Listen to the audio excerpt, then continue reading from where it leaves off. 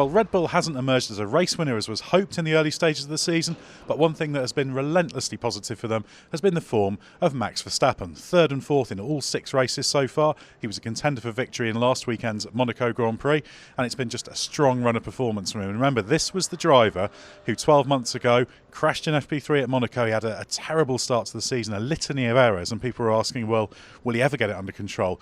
But since Monaco last year, a run starting from Canada, he has been absolutely superb, and Monaco was another example of that. I'm joined by Scott Mitchell to talk about Verstappen and the progress he's made, and he has over the past 12 months just emerged as that rounded performer, hasn't he? Yeah, he's been, I want to say faultless. I'm trying to think in my head if have there been any missed opportunities or mistakes? The only thing you could say is the Brazilian Grand Prix, where he would have won without the clash with Ocon. There's different perspectives you can take on it. And that I don't blame on him. We were talking we were talking after the race, weren't we, Ed, about that even this new Verstappen. We talk about Bottas 2.0, but that's Verstappen 2.0 from the start of the Canadian Grand Prix weekend last year. Even when he's a bit risky now, he's not leery. Everything just seems a bit more calculated. Everything just seems a bit more in control. And Christian Horner praised him for how reserved that drive in the Monaco Grand Prix was. I feel he's just. I don't want to just repeat what the likes of Horner say, because team boss talks up driver really isn't massively surprising, is it? But he does seem to have hit a new level, and Monaco again, just absolutely relentless pursuit, and he was, apart from Hamilton, the standout driver.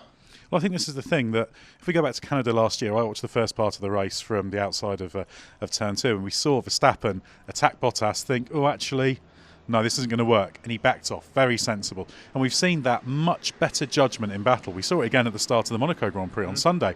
He had a shot at Bottas, wasn't quite going to work, had to settle to run third, but good decision, didn't overdo it. And then in the race, we saw a driver dealing with the problem of not being in the correct torque setting. He was still in the start mode, which created some serious problems he had to work with and get on top of during the race.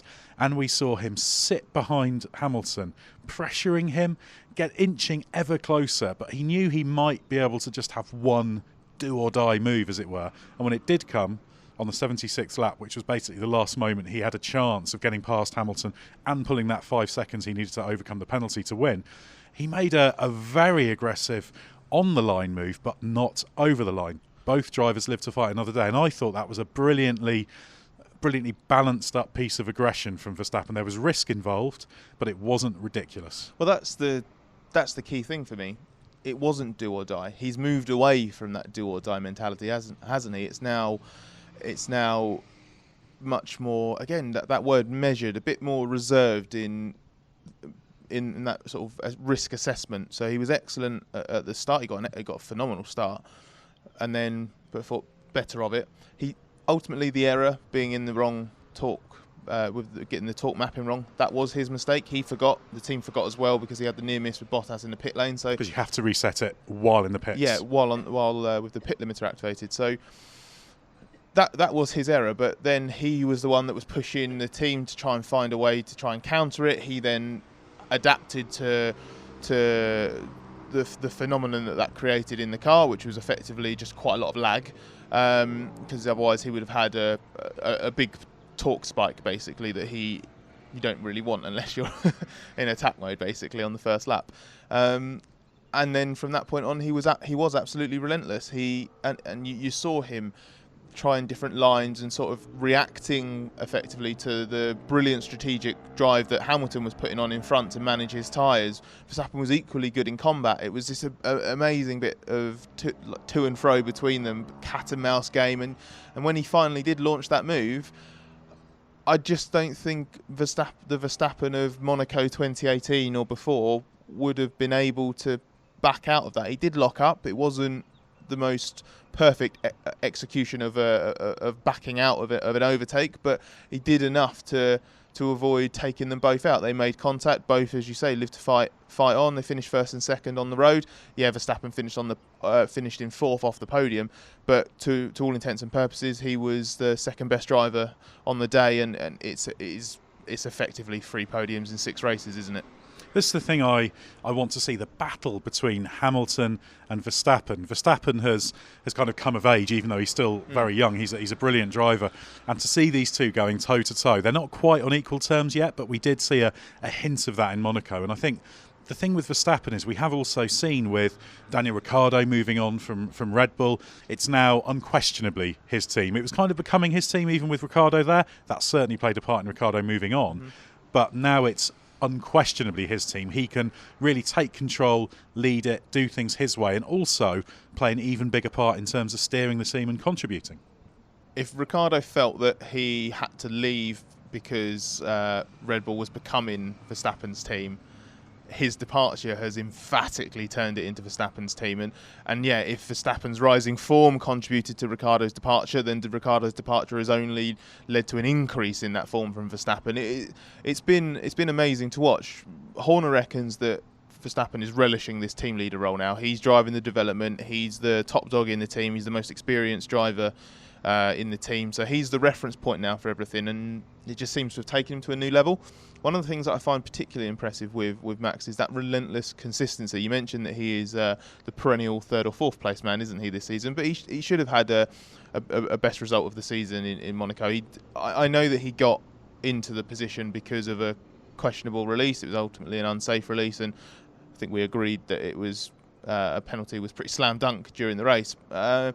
But he was absolutely deserving of that second place finish. It would have been a new best result for Red Bull and Honda. It would have been Honda's best result for more than a decade. So everything that Verstappen has done this year is effectively an extension of that amazing run of form we saw from 2018 onwards. Let's not forget, I think this is the guy who outscored everyone except Hamilton over the second half of the 2018 season, and he had that amazing run of podium finishes from Canada onwards, where he stood on the rostrum I think more times than anyone other than Lewis as well. So that's the calibre of driver we're talking about. We've got a 5-time world champion in a Mercedes who's going to go down in history as one of the greats, the absolute greats. We think he's at the absolute peak of his powers, Hamilton, and at the moment Verstappen looks like the only one who can go with him.